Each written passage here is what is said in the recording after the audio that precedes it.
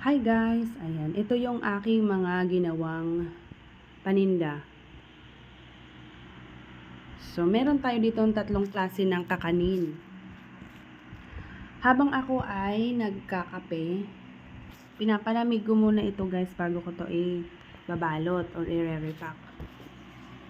And then, meron pa akong kulang dito, hindi pa ako nakagawa ng puto pao. Mamaya ko na yun gagawin dahil hindi naman ako or madali lang naman din natin gawin iyon. Sa loob ng 30 minutes ay makakagawa na ako ng aking panindang puto pao. Habang ako ay bakante pa, akin namang tatrabahuhin yung pagbabanlaw ng mga damit.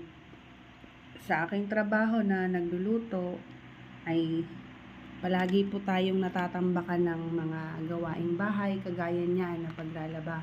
Dahil hindi natin pwedeng ipagsabay-sabay, gawa ng mag-isa lang din akong gumagawa ng mga kakanin. Ayan.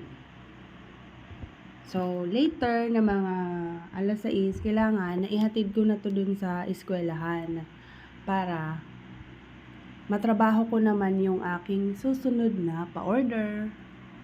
Ayan.